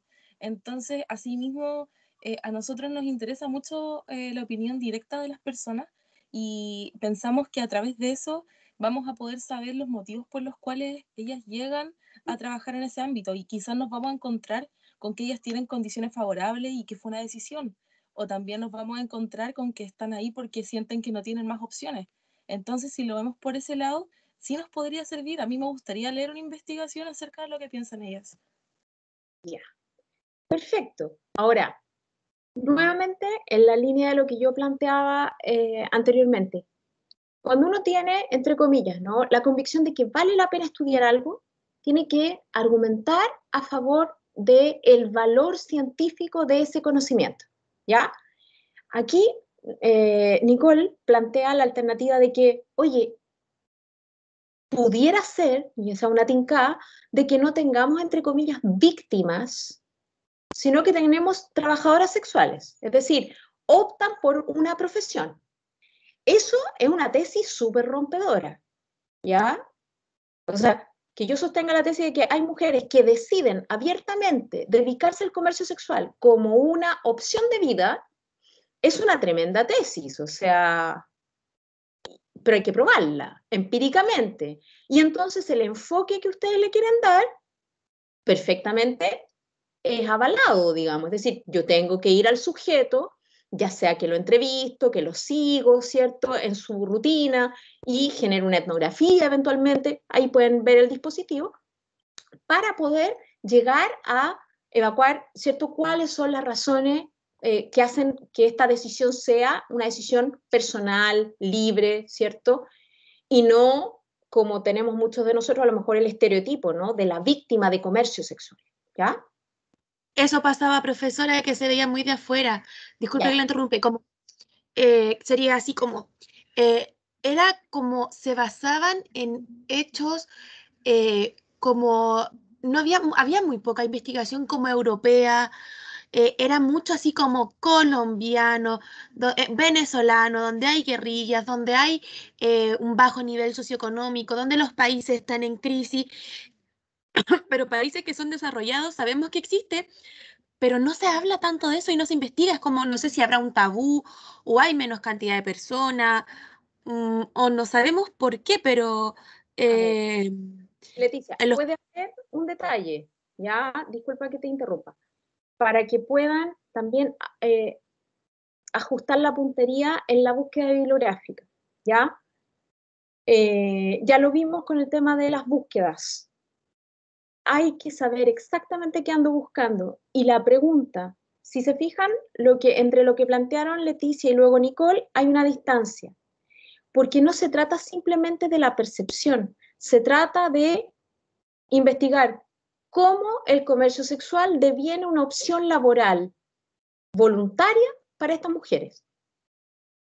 No es la percepción de la prostitución. No sé si me voy a entender. ¿Ya? Por eso digo que Es que ahí tengo una confusión, disculpe. la pregunta, no, mi invitación es a que afinen la puntería con la pregunta, o sea, que la pregunta de investigación de verdad vaya al nudo central, a lo que quieren saber, ¿sí? Eso amerita una conversa entre ustedes y evidentemente borronear, ¿no? Escribir, reescribir, leerse entre ustedes, ¿no? Hasta que lleguen así como, mira, ahí está, esa es la pregunta, eso es lo que queremos saber. porque el tema igual es interesante. Sí, o sea, me parece que por eso te digo, es una tesis bien rompedora, ¿ya? Y puede dar mucho, ¿ya? Pero evidentemente hay que respaldarla. Y por eso digo, la búsqueda bibliográfica es súper importante. Y a eso, bueno, me dan el pase de gol, ¿ya? Cuando hablábamos de que una investigación de calidad es una investigación con propósito claro, es una investigación que tiene muy claro el constructo, en este caso psicológico, con el que quiere trabajar, ¿ya? ¿Todos saben lo que es un constructo? ¿Alguno de ustedes puede definirlo?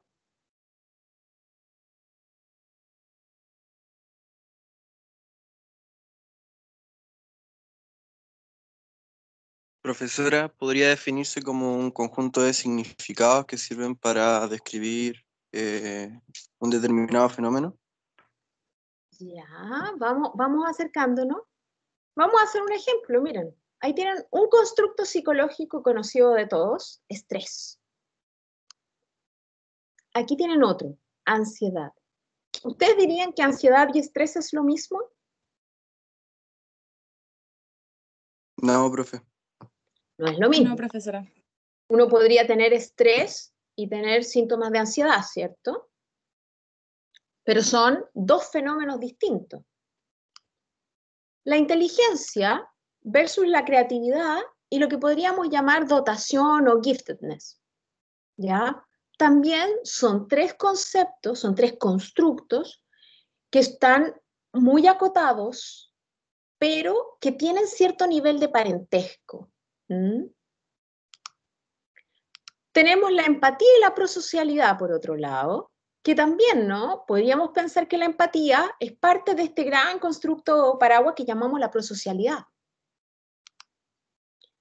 tenemos el bullying, tenemos la comprensión, tenemos la motivación. O sea, Profesora, disculpe que interrumpa, está proyectando algo, es que a mí no se me ve. Se ve todo blanco, no sé si era mi internet o mis compañeros pueden ver lo que está proyectando. Debe ser tu internet, Leti, porque sí se ve. Ya voy a tener que desconectarme y conectarme. Disculpe, profe, la interrupción. no hay problema. Probablemente puede que se te haya desfasado la presentación y puede haber un botoncito ahí que te diga volver a la presentación. No es eso, porque aparece arriba, aparece en blanco, no aparece el botón, y sale como un cuadradito con la cara triste. Así que voy a conectar. Perfecto. Podríamos definir un constructo, ¿cierto? Como una habilidad, un atributo o capacidad sustentada en una o más teorías establecidas. Los trabajos de calidad distinguen claramente entre conceptos, constructos y variables, ¿ya? Y cuando hacen esto, lo hacen para que el lector sepa la diferencia entre el concepto constructo general en el que se está interesado. Por ejemplo, el género, ¿ya? Que hoy día está tan en boga en investigación, ¿no? Y las variables que utilizan para medir estos conceptos o constructos. Por ejemplo, si un individuo es hombre, ¿sí? O mujer, o más ampliamente, si se identifica como hombre, como mujer, o bisexual, homosexual, transexual, etc. ¿Ya? Y en términos generales tendemos a considerar los conceptos, los constructos y las variables de forma diferente según nos ocupemos, ¿no? De una investigación cualitativa o cuantitativa. Ahora, los constructos son entelequias. ¿Qué quiere decir eso? Se encuentran en nuestra cabeza, no son directamente observables, y para eso los constructos buscamos en el fondo formas de operacionalizarlo, y ahí es donde aparecen las variables. Si yo quiero, por ejemplo, estudiar el bullying, lo más seguro es que yo utilice, ¿cierto?, ciertos indicadores para medir el bullying a través, por ejemplo, de una escala que tiene dimensiones. O, ustedes conocen mejor, la medición de inteligencia, que es básicamente no un atributo estático, depende del test que yo utilice. Puedo utilizar el WISC por un lado, pero también puedo utilizar el Raven, y nos lleva a mediciones de la inteligencia, ¿cierto? Que si bien es cierto, en ambos casos hablamos de inteligencia, la operacionalizamos de una cierta manera, ¿ya? Lo mismo con el resto de los constructos. Por eso, una cosa importante en el caso de cada pregunta que los grupos están haciendo es identificar cuál es el constructo que me interesa, ¿ya? ¿Cuál es el fenómeno que está a la base? Recordar además que se trata de una investigación en psicología. Bueno, ¿cuál es el constructo psicológico que me interesa? ¿Profesora? Sí. El constructo sería como no sé, pero se me vino esto como la idea, no sé si estoy bien, como el nombre que se le da a la agrupación de algunas conductas que presentan los seres humanos, porque el bullying puede ser golpes, puede ser abuso, puede ser burlas verbales, ¿o no? Sí, bueno, aquí es donde yo quería detenerme. Los constructos son definidos científicamente. Y por eso aquí les muestro un paper que me gustaría que todos ojalá lo puedan buscar. Está en Frontiers in Education y se llama 50 diferencias que hacen la diferencia. ¿Ya? Es un compendio de los términos en psicología más confundidos. Y entonces viene una serie de definiciones de algunos términos que se ocupan muchísimo en psicología, pero que lamentablemente a veces son mal definidos. Entonces, eso por un lado. Y segundo, ahí está dividida la pantalla, ¿cierto? Este es el paper. Y el segundo, la página del diccionario de la APA. Importante, no sé si lo han ocupado alguna vez. ¿Sí? ¿No? No, profe, usted lo mostró la semana pasada. El diccionario de la APA es súper importante. ¿Por qué? Porque justamente les ayuda cuando tienen dudas respecto de qué significa este término en psicología. ¿Ya? Estoy usando el término correcto, el término preciso, y evidentemente usted escribe acá arriba la palabra, ¿cierto? Donde dice search and select, y luego aparece la búsqueda con la definición. A su vez, si ustedes también si les gusta saber un poquito más, todos los días la APA regala la palabra del día. Así que aquí abajito, esto evidentemente es una captura de pantalla de ayer, la palabra del día de ayer, ¿no? Y te define una palabra en psicología, ¿ya? Así que también para que lo tengan ahí en sus marcadores de internet, porque es un muy buen lugar de búsqueda para poder afinar la puntería en términos conceptuales, ¿ya? Parte de lo que hacemos en ciencia está limitado por el uso de nuestras palabras. Tenemos que ser muy cuidadosos, muy precisos en el uso de los términos. La ciencia se define justamente por su precisión, ¿ya? Está en las antípodas, ¿no? En el otro extremo de la poesía. La poesía juega con la ambigüedad, la ciencia no. La ciencia es clara, la ciencia es precisa. Entonces, si nos queremos dedicar a la poesía, no estamos en el buen lugar.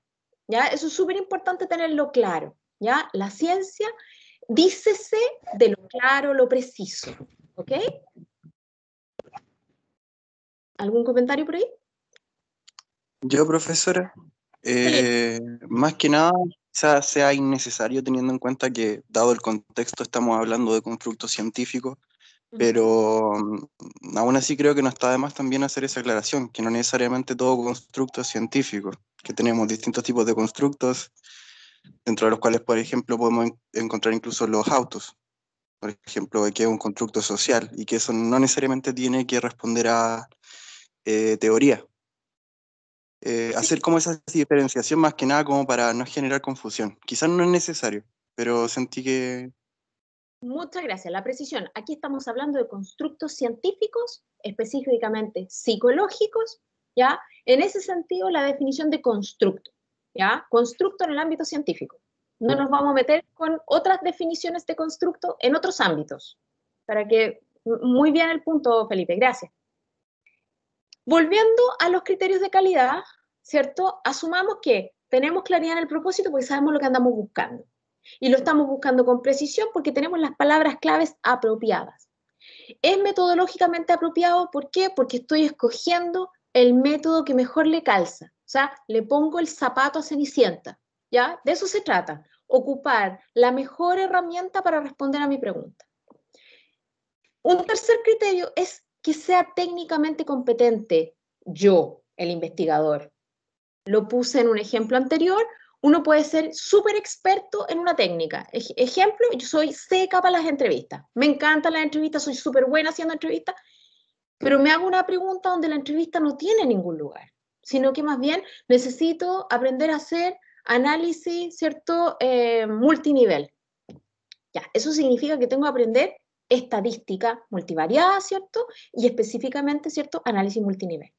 Entonces la entrevista voy a tener que guardarla en un cajón porque no sirve, ¿ya? Ser técnicamente competente como investigador hace que mi investigación adquiera valor y que los datos de mi investigación sean válidos, sean confiables y por lo tanto citables, ¿ya? Súper importante. Un cuarto elemento es la contribución de esa investigación, ¿ya? Si se fijan, uno y otro criterio se van sumando, ¿no? Evidentemente, si yo tengo mis primeros tres, el cuarto vendría a ser una suerte de resultado por añadidura. Una investigación de calidad contribuye al conocimiento. Constituye un aporte a la disciplina, en este caso, psicología, y a la sociedad. Pensemos que tanto educación como psicología, ¿no? Ambas son ciencias sociales, ¿no? Son ciencias en un ámbito muy particular que está muy cerca, ¿no? De poder aportar concretamente a la sociedad. Y por lo tanto, a veces se difuminan ambos aportes. Voy a ponerles un ejemplo acá. ¿Qué les dice la palabra ansiedad matemática?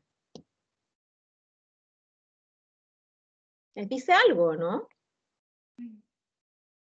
Se puede ir por muchos lados, que le genera ansiedad a la matemática en el sentido de frustración o de estas personas que no sé si es caso hay ansiedad positiva, porque sería como, ay, que soy tan ansiosa que terminémoslo todo luego, hagámoslo, no sé si sería eso. Ansiedad matemática, a todos les suena, me imagino, la ansiedad como fenómeno psicológico, ¿cierto? Que es esta emoción que se caracteriza por síntomas somáticos, por ejemplo, donde el individuo anticipa un peligro, ¿m? Una catástrofe, ¿no? Y el cuerpo suele acusar el golpe, ¿no? Se moviliza, los músculos se tensan, la respiración se acelera, el corazón late más rápido, ¿ya? Y le podemos llamar que hay un síndrome ansioso. Si a eso le ponemos un apellido, fíjense que lo pusimos entre comillas, ansiedad matemática, como un término, ¿ah? Como un constructo, este está en el ámbito siempre de la psicología educacional. Se ha acuñado la expresión ansiedad matemática para justamente el fenómeno que describía Leticia, es decir, aprendices que frente al evento matemático, al evento de aprendizaje matemático, sufren ansiedad, ¿ya? Piensen esto en un niño pequeño que poco a poco le empieza a agarrar fobia a las matemáticas. Díganme si no lo ven cuando vemos el tema del aporte, que sería importante ir a mirar este evento, ¿no? Este fenómeno de la ansiedad matemática muy temprano en los niños para poder evitarlo, ¿no creen? ¿Qué piensan ustedes? Sí, profe, yo creo que igual eso es algo que pasa harto con nuestro sistema educativo porque, sobre todo en matemáticas, como que los profes muchas veces no saben responder y como que a mí me pasaba al menos que decía algo y si estaba mal, como que casi sentía que se burlaba el profe un poco, como que no tenía mucha habilidad para decir las cosas, entonces... Y así un niño igual crea como ansiedad, como sale ahí, y también como rechazo a las matemáticas. Ya, perfecto. O sea, vemos que hay un fuerte relevancia social, ¿no? Oye, sí, pues, podemos ayudar a los niños tempranamente, a los profes, ¿no? Para que no generen esta ansiedad, pareciera que es útil, ¿no? Pero también a la disciplina, porque comprender el fenómeno de la ansiedad, cómo surge, cuáles serían factores que lo gatillan, cómo podemos proteger, ¿no? A los niños de que se genere esto, pareciera ser importante tanto desde el punto de vista científico como desde el punto de vista social. Leticia. Profe, yo opino que igual, además de esto, se podría, bueno, a mí me pasó, yo estudié un tiempo contabilidad en la media y empecé con un trastorno ansioso y se me olvidaron las matemáticas, de hecho, que en vergüenza durante todo el curso, porque el profe me hizo pasar a dividir a la pizarra y se me olvidó dividir de las crisis de pánico que tenía. Entonces los profesores no sabían bien lo que eran los trastornos ansiosos o qué es la ansiedad, entonces yo creo que igual podría verse este tema y para así educar, bueno, igual yo estudié eso como en el 2015, no sé si habrá cambiado un poco el tema, pero educarlo en lo que son las enfermedades mentales, eh, tampoco me gusta decir enfermedades porque es como patologizar mucho, pero en que entiendan lo que es la ansiedad, lo que pasa, cómo tener una comunicación más asertiva con estas personas. Ya. Piensen entonces, aquí tenemos claramente un fenómeno que es un constructo, como hablamos, ¿no? Que es esta ansiedad matemática y que parece tener, por un lado, una gran relevancia científica, comprenderlo, pero por otro lado vemos claramente que esto podría tener un impacto fuerte a nivel societal. Miren lo siguiente, esta es una nota que apareció en el Mercurio hace 15 días, una cosa así, ¿no? 17 de mayo, si no me equivoco, que está la fecha allá arriba. Yo estoy muy contenta porque en realidad conozco a los investigadores y me dio mucho gusto ver que su investigación estaba siendo incluso motivo de una nota en el Mercurio, ¿ya? Es una investigación que se hizo en Concepción, ¿ya? 3 investigadores, una investigadora de la Universidad de La Laguna en España, su estudiante de doctorado, porque en realidad esto es parte de la tesis doctoral de Bárbara Guzmán, a quien conozco, digamos, vi su proyecto de tesis doctoral, de verdad, brillante, y lo que hicieron fue el primer estudio en Chile para poder identificar tempranamente la ansiedad matemática en preescolares y niños de primer ciclo básico. La historia, digamos, es que esto se hizo famoso también porque, previo a eso, ¿cierto? Ahí está la referencia. Esto fue publicado nada menos que en Frontiers in Psychology, que es una de las buenas revistas en psicología, y bueno, ahí está firmado por Bárbara, Cristina y Roberto, que son los guías de tesis doctoral, y dando evidencia desde Chile para un fenómeno que se ha visto que crecientemente, ¿no?, aumenta la prevalencia, no solo en Chile, sino que a nivel mundial. O sea, es un estudio que, si bien es cierto, se hizo con población chilena, refiere a un fenómeno que va más allá de nuestras fronteras. O sea, claramente aquí vemos una investigación que se hace súper necesaria en nuestro contexto, o sea, tiene relevancia social, pero que además es reconocida por los pares evaluadores, ¿cierto?, por la academia, como un conocimiento científico de punta. Así que, así como clap, clap, clap, por el equipo de Roberto, Cristina y Bárbara, que lograron posicionar este paper, ¿cierto?, en una revista tan competitiva como Frontiers. ¿Ya? Investigación está en Chile. Y ahí les dejo ese ejemplo, ¿eh? Hay muchos otros, pero para mostrar también, ¿no?, de que una buena idea de investigación es esta que combina estos dos mundos, el mundo científico y el mundo social, ¿no? Y en nuestra área, digo nuestra área, mi área, el área educacional, se presta, ¿no?, para hacer este mix, ¿ya? Pero también cuando pensamos en nuestras investigaciones, los temas que ustedes ahora tienen ahí entre manos, pensar, bueno, ¿por qué es importante científicamente? ¿Por qué sería importante socialmente? ¿Ya? Estamos pasaditos en la hora, en un rato más deberíamos tener de invitado a Pablo Méndez. Tenemos todavía hay unas diapos, pero... Ya estoy, ya llegué. Pablito, mil disculpas, estabas calladito. Vale. Sí, yo estaba atento, escuchando. Ya, pero si quieres, por favor, antes de que yo te haga la presentación oficial, ¿algún comentario respecto de lo que hemos estado viendo?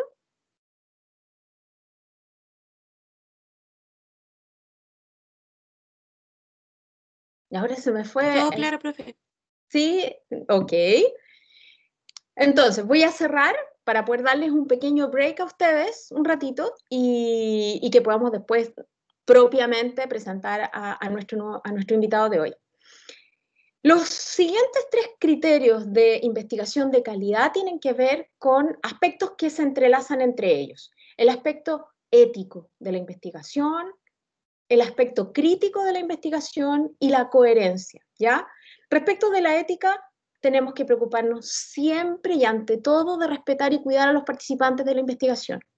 Desde, ¿cierto?, respetar el protocolo de anonimato, de confidencialidad de los datos, ya lo vimos, ¿cierto?, en jamás poner en el título, si ustedes googlean de repente unas tesis de grado, qué sé yo, en algunos países, de repente le ponen un estudio de discalculia en los niños de la escuela A47 del barrio de no sé qué. O sea, puedo identificar perfectamente quiénes son los participantes. Eso no se hace, ¿ya?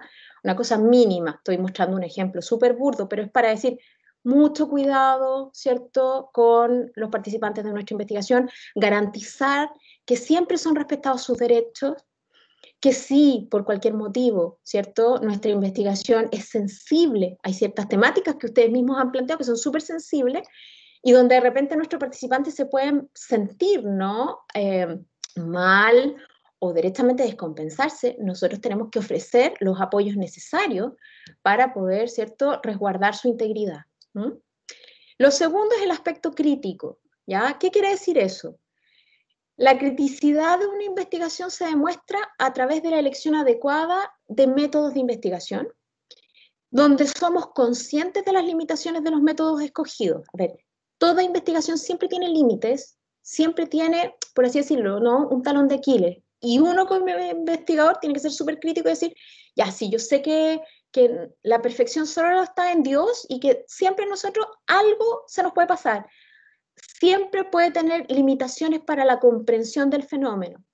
Y siempre estar conscientes de eso, para que también, ¿no?, durante todo el proceso seamos capaces también de ver que cuando a veces las cosas no se nos dan del todo, ser suficientemente hidalgos y decir, bueno, también tenemos fallos. Evitar el sesgo confirmatorio, que es también no leer nuestros resultados, ¿cierto?, a la luz de lo que queremos encontrar, ¿ya? Tratar siempre de leer la evidencia, ¿no?, de la literatura en su mérito y no tratar simplemente de escoger evidencia que confirma mi punto de vista.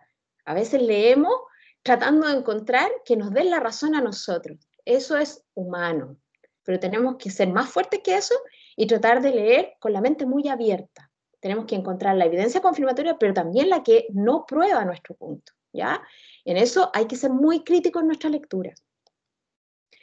Y los investigadores además tienen que controlar, lo dijimos hace un rato, ¿no?, sus propios prejuicios, sus propias creencias. Súper difícil porque somos humanos, pero hay que tratar de hacerse más consciente de eso. Y evidentemente en la escritura de nuestro reporte, que es lo que estamos preparando ahora, tratar también de que cada afirmación que pueda ser controvertible deba estar respaldada en evidencia. No en juicios, no en opiniones, sino que en evidencia.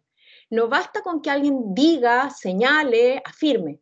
Tiene que mostrar pruebas, ¿ya? Así que cuidado también con el tipo de literatura que revisamos, que sea de corte empírico.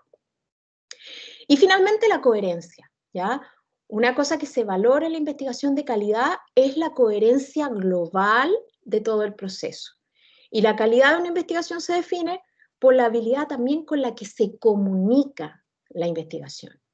Por lo tanto, es importante que los investigadores, en este caso cada uno de los equipos que hoy día están trabajando en este curso, le dediquen tiempo a preparar la comunicación, sea oral, en este caso escrita. Revisar la coherencia de lo que se plantea, la consistencia entre los propósitos, el método, ¿cierto? En este caso no vamos a hacer trabajo de campo, pero que idealmente se vea una línea que es coherente de principio a fin. Y una sugerencia, insisto, revisar el capítulo 5 de Howitt y Kramer, que tienen en el aula virtual desde marzo. Piérdanle el miedo o la ansiedad, en este caso no matemática, sino inglesa, ¿sí?, en lengua extranjera, a leer el capítulo 5. No es un capítulo difícil de leer, pero ayuda muchísimo a entender la coherencia de la investigación a nivel de, ¿cierto?, la escritura de un reporte de investigación, ¿ya?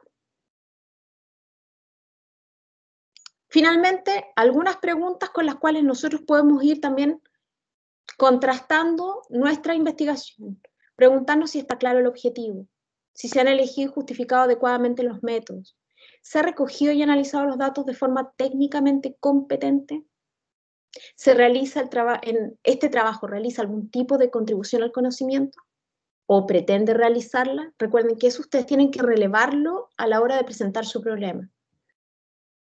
Esta investigación respeta los protocolos éticos respectivos. El investigador, ustedes como equipo, respetan, ¿cierto?, o adoptan una postura crítica.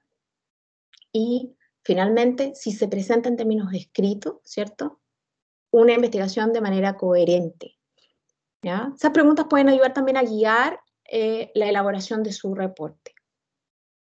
Como siempre, entonces la referencia del capítulo 5 de Howitt y Kramer, y los 7 criterios que hemos visto de calidad son los mismos que estuvimos, ¿cierto?, citando la semana pasada, hoy día ya más en detalle. Están en el artículo de Simon Borg, Doing Good Quality Research, un paper muy cortito, ¿cierto?, pero que va muy al callo a esos 7 criterios. Vamos a hacer una pequeña pausa de unos 10 minutitos, ¿estará bien con 10? ¿Sí? Y nos volvemos a ver, yo tengo las 4:15, 4:25 para dar paso, ¿cierto?, a la presentación de Pablo Méndez. ¿Les parece? Sí, profesora. Bueno, Perfecto. profe. Nos vemos entonces a las 4:25.